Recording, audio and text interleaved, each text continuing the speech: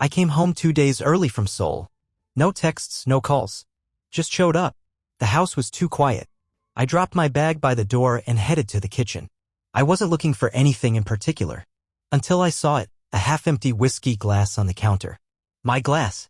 Then I heard the laugh. Not hers. His. I stepped into the hallway and there they were. Rachel, my wife of 3 years, wrapped in a towel, smiling like she didn't have a husband in the world. And Mason. Shirtless. Wearing my watch. I didn't say a word. Just stared at him. He smirked like he'd won something. Like I should have expected this. Rachel's face went pale. But not from guilt, more like inconvenience. Like I'd shown up too early and ruined their little afternoon. I didn't yell. I walked past them. Took the stairs up to her bedroom. Packed exactly 2 bags. Laptop, passport, backup drive. Left the rest. As I closed the bedroom door behind me, I caught Mason's voice downstairs. Guess he took it well. He always did have a short memory. My name is Daniel Carr. I'm 41. Lived in Seattle the last 9 years, but until recently I ran risk operations for a logistics firm in South Korea. High security clearance, corporate counterintelligence, quiet kind of work. This wasn't my first betrayal. Just the final one. Because Mason, my younger brother, has been ruining things since the day he figured out he could smile his way out of consequences. When we were kids, he crashed our dad's truck and blamed me. In college, he stole my laptop and sold it for drug money. In our 20s, he siphoned 10 grand from my first checking account and told our parents I loaned it to him. And they believed him. Every time. So when Mason showed up 6 months ago claiming he'd turned over a new leaf, I kept my mouth shut. I didn't believe it, but Rachel did. She said everyone deserves a second chance. I guess she thought I'd never ask for mine. I left the house without another word. Didn't even close the door behind me. But before I left the driveway, I did one thing. I opened the security app on my phone. Because if you betray a man like me, you should be absolutely certain he isn't watching. And Mason? He's never been good at watching anything but himself. 3 years ago, I installed a full surveillance system in that house. Motion sensors, microphones, heat mapping. The kind of gear Mason wouldn't know how to unplug even if I gave him a diagram. Rachel knew it was there. We'd agreed on it together when we bought the place. She just forgot who set the admin credentials. From a hotel room 12 miles away, I watched everything. The footage went back 90 days. I saw the first time Mason showed up at our door a week after I accepted the transfer back to the States. Rachel let him in without hesitation. She hugged him. Then they drank wine. Talked. Laughed. It didn't happen overnight. First it was just late-night conversations. Then he started staying over. Then borrowing my car. Then using my office. Then wearing my clothes. By the 3rd week, she was cooking for him. By the 5th, he was sleeping in our bed when I traveled for a summit in Toronto. That's when I saw it. What I didn't want to believe. Not once did she mention me. Not once did she say no. It wasn't a mistake. It was a replacement. I closed the app. Opened my laptop. Started collecting files. I wasn't angry. Anger is for people who don't know what to do next. This was war. Rachel was still legally my wife. Mason was still on probation from his last real estate fraud case in Nevada. And me? I had full access to every account. Every password. Every mortgage detail. Every prenup clause. Every damn shred of paper they thought was just decoration. Because while they were busy playing games, I was documenting the board. The first thing I did was freeze the secondary bank account, the one Rachel never asked about but had access to through our joint login. I'd moved the majority of our liquid assets there 6 months ago after Mason showed up. Turns out I was right to trust it. Because in the 3 days after I left the house, she tried to transfer $40,000 out of that account. She failed. Twice. Then she stopped trying and called my mother. That's when the campaign began. Suddenly I was the problem. According to the family grapevine, I was cold, absent, controlling. Mason was just the concerned brother who'd been there when Rachel needed comfort. Support. He even showed up on Facebook again for the first time in years. New photos. Dinner with Rachel. Smiling in my backyard. And my father? He reposted it. With the caption, "Family sticks together." Instead, I called the lawyer I'd worked with back in Seoul, Eric Shin. Former JAG, dual certified, now handling private clients across 2 continents. I gave him the rundown in 10 minutes flat. "Send me everything," he said, "including footage. I want names, dates, timestamps." "Already organized," I said. "Folders uploading now." 3 hours later, I had my strategy. Eric called it constructive abandonment. If I played it right, I wouldn't just walk away clean. I'd take everything I was entitled to and expose the fraud Mason had been building under my nose. Because the house wasn't the only thing he'd been living in. He'd also been using my name to build shell LLCs, leasing properties under fake aliases. And Rachel, her signature was on at least one of them. They thought I'd run, that I'd vanish quietly, hurt, humiliated. What they didn't know was, I never leave before the final move. And the final move, that's the one that burns the mask off everybody. The envelope came by courier. Thick, embossed, self-righteous. Inside a lawsuit, filed by Rachel, backed by my parents, signed by Mason, acting as advisor. They were suing me for spousal abandonment, emotional distress, and, this was the real kicker, financial negligence. Claimed I owed Rachel full alimony, plus support for the unborn child she now claimed was mine. I didn't need to read the fine print. I already knew the strategy. Leverage the pregnancy, leverage public perception, corner me into settling fast, clean, and quiet. But they'd overplayed their hand, because Rachel had told me, weeks before I left, that she wanted to wait a few more years before kids. Now suddenly she was 4 months along? Either she'd been lying to me, or she was lying to the court. And Mason, he didn't just sign as advisor. He filed a motion for emergency access to a trust I'd set up for our future child, before we ever conceived one. Which meant one thing, they already had plans for my money. They just didn't plan on me fighting back. Instead, I called Eric again. I want a full financial freeze, I said. Any account with my name on it. Any trust. Any asset. Lock it. Done, he said. You want me to file a counterclaim? No, I replied. Not yet, because lawsuits are loud. But discovery is quiet, strategic. It happens in silence when nobody's paying attention. So while they were busy talking to tabloids, leaking their version to friends, and playing the sympathy game, I filed 3 subpoenas, 2 to banks, 1 to a fertility clinic. Rachel had never been pregnant, not with my child. And Mason? He wasn't just sleeping in my bed. He was trying to steal my future. The clinic records came back first. Rachel hadn't stepped foot in a fertility office until 6 weeks after I left the country for a trade summit in Busan. The notes were clear. Initial consultation. Follow-up appointment. Solo. No mention of me. No mention of any partner. Then came the ultrasound records. She was 13 weeks along when I supposedly abandoned her. The timing didn't add up, because 13 weeks before that, I was sitting across from her at our anniversary dinner. She was drinking wine, lots of it.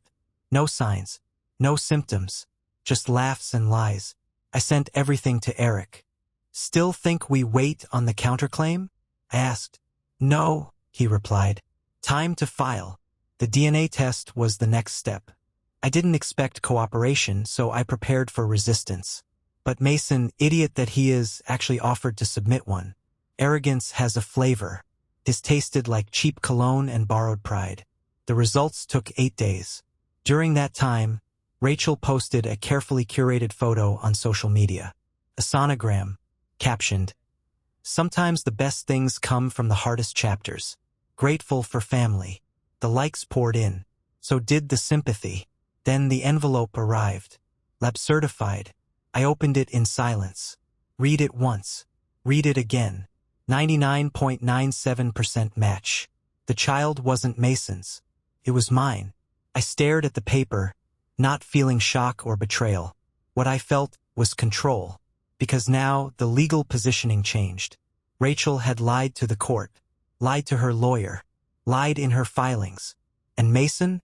He'd claimed advisor status for a child that wasn't even his, which made his involvement fraudulent, manipulative, and potentially criminal. I sent the results to Eric. One line in my email. Time to burn the script they're reading from. I filed my counterclaim on a Monday. By Tuesday morning, Rachel's lawyer tried to retract the pregnancy angle. Misunderstanding, he said in a call with Eric. She was emotionally distraught. Hormonal, right? They wanted to quietly withdraw the lie before it became perjury. But it was too late. Eric had already included the DNA results, clinic logs, and Rachel's sworn affidavit, where she claimed I fled after learning of the pregnancy. In the public record, the judge scheduled a hearing. And that's when I made my next move. I contacted 3 former clients.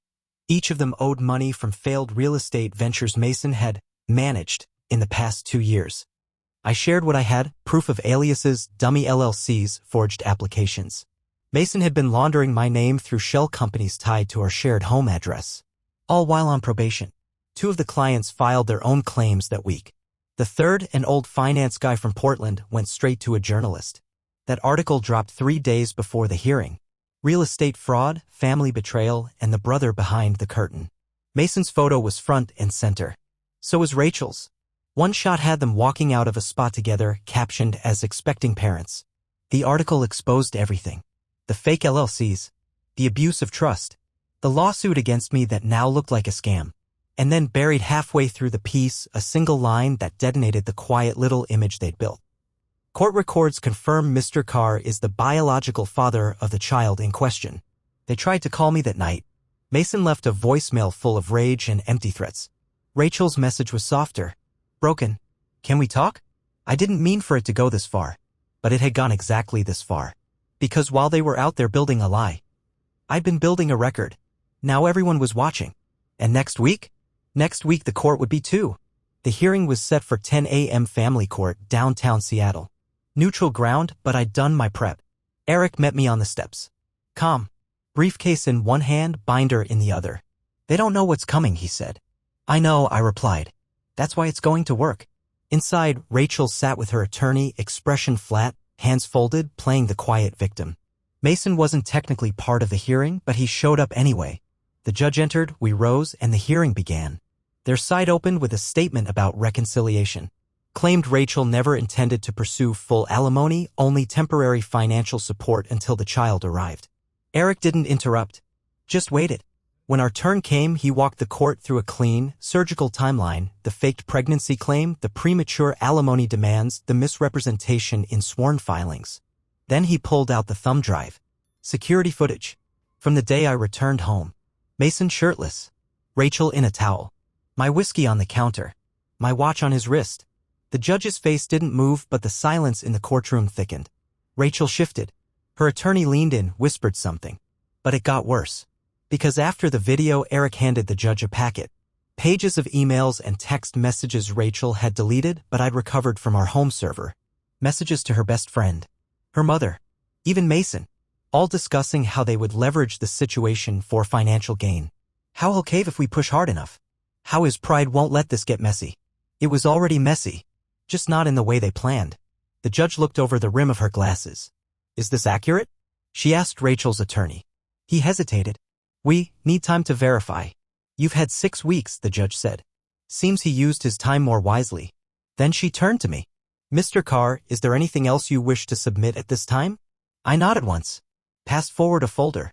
It was a notarized amendment to our prenuptial agreement, one Rachel had signed voluntarily in South Korea when we purchased our first condo there. In the event of infidelity and demonstrable financial deception, all shared property defaults to the innocent spouse. Her signature was on it. Dated. Verified. Mason stood up and left the courtroom without a word. Rachel? She just stared at the table. Because this wasn't a hearing anymore. It was an execution with paper instead of blood. 3 hours after the hearing ended, Rachel's lawyer emailed Eric. Proposal for private settlement. They wanted to avoid further court exposure. The damage was already bleeding into their social circles, clients pulling away from Mason's remaining ventures, Rachel getting side-eyed at her school board meetings.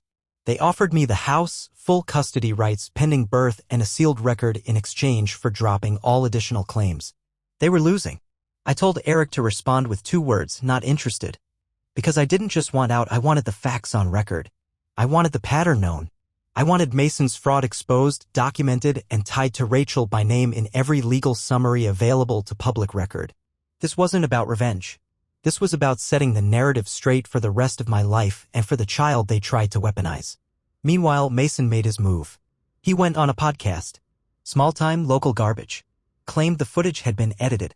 Said I'd always been weirdly controlling and that Rachel was a victim of emotional coercion.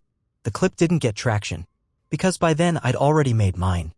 I leaked the documents, the text logs, emails, security footage excerpts to a single, well-respected business reporter I'd worked with in Seoul. She wasn't interested in drama.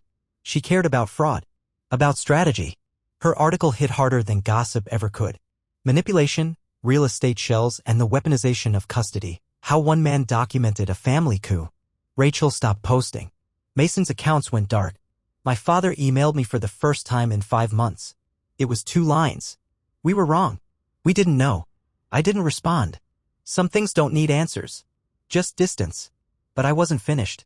Because the next phase wasn't legal. It was parental. 3 weeks later, the baby was born. A boy. Rachel didn't call.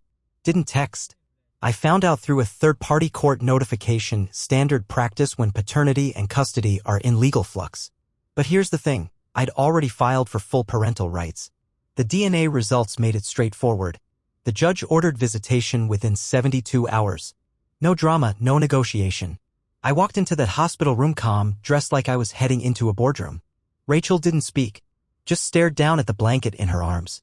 The baby was small. The nurse handed him to me. And in that moment, everything narrowed. No more lawsuits. No more headlines. No more betrayal. Just this boy who didn't ask for any of this. I didn't cry. I didn't smile. I just held him like I'd done it 100 times already. Because while Mason played victim and Rachel played martyr, I'd spent months preparing to be a father. Bank accounts set up. Daycare shortlisted. Guardianship plans signed, notarized, and waiting. I passed the nurse a printed schedule, my visitation slots, my approved pickup list, the pediatrician I'd already spoken to. Rachel didn't look up once. She'd lost control. Not because I yelled or fought or made threats, but because I prepared better. I placed the boy back in the nurse's arms gently and turned to leave. As I reached the door, Rachel finally spoke. He's not going to know who you are. I stopped, then turned back just once. No, I said, but he'll know who you were. And that was all I needed to say. 2 weeks after the birth, Mason reappeared. Not at the house. Not through Rachel. Through a lawyer. He filed a civil claim against me for defamation and malicious interference with future earnings. Apparently, losing access to his shell companies and getting dropped by every investor spooked him. He wanted damages. Public retraction. Even an apology. He really thought the courts would protect him. What he didn't know, what he never understood, was how thoroughly I documented his every move. Eric and I countered immediately. Submitted financial records showing false filings across 3 states. Vendor payments traced to P.O. boxes Mason controlled. Tenant complaints. Loan fraud. But the final nail? A deposition from one of his ex-girlfriends. She came forward voluntarily, said Mason used her identity to open a line of credit for one of the Shell LLCs. She had the bank statements to prove it. Once that hit the docket, his lawyer panicked. Filed for dismissal before the judge could even review the counterclaim. Eric declined the dismissal. We pushed for full court review. Why? Because I wanted this on record. Not just erased. Not settled. Not dismissed in private. I wanted Mason's name tied to it all, legally, permanently. Rachel tried to call again. Left a message. I know he's done things. But he's still my family. Please don't destroy him. But family doesn't mean immunity. Family doesn't mean immunity from fraud, manipulation, or theft. And Mason? He wasn't family. He was a parasite with my last name. So I let the court process run. 3 weeks later, Mason was charged formally with felony fraud and misrepresentation. Not because I went after him, but because I made sure the evidence couldn't be ignored. And this time, there was no second chance. Just the cold echo of a courtroom clerk reading out charges. The letter came in a white envelope. No return address, just my name, handwritten, careful, like it might change something. Inside, 4 pages. All Rachel. No lawyer. No threats. Just ink and desperation. She wrote that Mason had tricked her. Said she felt alone after I left for Seoul. That she'd been scared. That she didn't know how to tell the truth once the lie got too big. She used words like confused, vulnerable, weak. She said she missed the way I made her feel safe. The word sorry showed up 7 times. She ended it with a request. Could we meet? For closure. I didn't respond for 3 days. Then I called her lawyer. Set a meeting, neutral location, witnessed, recorded. It didn't. She sat across from me. Waited for me to speak. I didn't. So she started talking. Said she regretted everything. That Mason had manipulated her. That she didn't recognize herself. That if there was even a sliver of a chance to rebuild what we had, she'd take it. I waited until she ran out of breath. Then I opened the folder in front of me. Pulled out a photo, me holding our son at his first pediatric checkup. Peaceful, clean, private. Then another, his room in my house, painted, furnished, ready. Then a final one, Rachel and Mason at a rooftop bar, time-stamped during her 3rd month of pregnancy. Wine in her hand. Laughter on her face. I pushed them across the table. You made your choices, I said. You don't get to rewrite them now. She blinked fast. Once. Twice. You won't even consider. I considered everything, I said. For months. While you lied. While you planned. She reached for the photos like she could undo them by touch. I slid them back into the folder. These stay with me, I said. Just like custody. She didn't argue. Not this time. Because she knew it was done. Not out of rage. Not out of revenge. Out of clarity. I left the room before she could say anything else. Because closure doesn't come from apologies. It comes from control. Thanksgiving came. First one since the fallout. I spent it at home, just me and my son. Quiet house. No drama. His bassinet next to the fireplace, soft jazz on the speakers, turkey in the oven I didn't even cut. Just being there was enough. That morning my mother called. Left a voicemail. Your father and we didn't handle things right. We miss you. We'd like to meet our grandson. I stared at the screen. Didn't delete it. Didn't return the call either. For years I let them choose Mason over me. Let them excuse theft, lies, manipulation, all because he smiled more, needed more, played the role better. They didn't visit me when I was building a life overseas. They didn't call when I married. But they rallied to defend a man who seduced my wife in my house during a marriage they never respected. Eric sent me the final court update that afternoon. Rachel had signed the shared custody withdrawal. Full rights, mine. Her visits, supervised bi-weekly if she chose to use them. The settlement was clean. Public record. No seal. No NDA. She didn't contest it. Mason's sentencing hearing was set for February. Fraud, identity misuse, parole violations. The prosecutor estimated 2 to 5 years. Later that night, I fed my son by the window. I looked out over the yard, over the fence Mason once leaned on, smoking cigars he didn't pay for. All quiet now. I didn't feel victorious. I felt whole. Because I hadn't just survived betrayal. I'd turned it into structure. Into leverage. Into legacy. A month after the ruling, Rachel tried to start over. New social posts. Carefully filtered smiles. Inspirational quotes. But people remembered. Parents at her school didn't ask how she was doing, they asked why she wasn't listed as guardian on the district forms. One of the PTA moms forwarded me a screenshot from a group chat. Didn't her husband take full custody? Rachel was learning what it felt like to be politely avoided. Meanwhile, Mason was adjusting to prison. His public defender tried to delay sentencing, claimed mental health struggles. The judge didn't buy it. Too much paper. Too many receipts. 2 years for months. No early release. A formal statement I submitted for the record, dry, unemotional, just facts. It ended with one paragraph. Mr. Carr did not act alone. He acted with knowledge, intent, and long-standing pattern. The fraud was not impulsive. It was engineered. The judge read that twice. Rachel's lawyer tried one more time, asked Eric if we'd entertain revisiting supervised visitation terms. He didn't even forward the full message. Just wrote back. Client declines. Nothing has changed. Rachel didn't want the child. She wanted the redemption arc. But the one thing about a documented betrayal? You don't get to edit it later. The holidays came and went. First Christmas as a father. Real one. I took my son to the coast. Just us. Rented a cabin, walked the cold beach, let the silence settle in like a promise. Rachel sent another letter. No lawyer this time. Just her. Said she missed his laugh. Missed the way I used to make coffee. Missed the version of herself she'd been with me. People like Rachel don't miss people. They miss the shelter. She wrote that Mason had stopped writing. That her parents were disappointed. That she felt cut off from everything. I didn't respond. Not because I was angry. Because I was done. She sent gifts. A baby sweater. A book.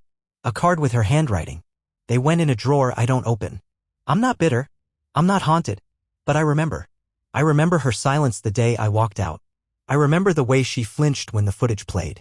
I remember the exact second she realized her plans weren't clever, they were common. You don't rebuild trust with tears. You rebuild it with time, with consequences, with absence. And she'd already spent everything she had.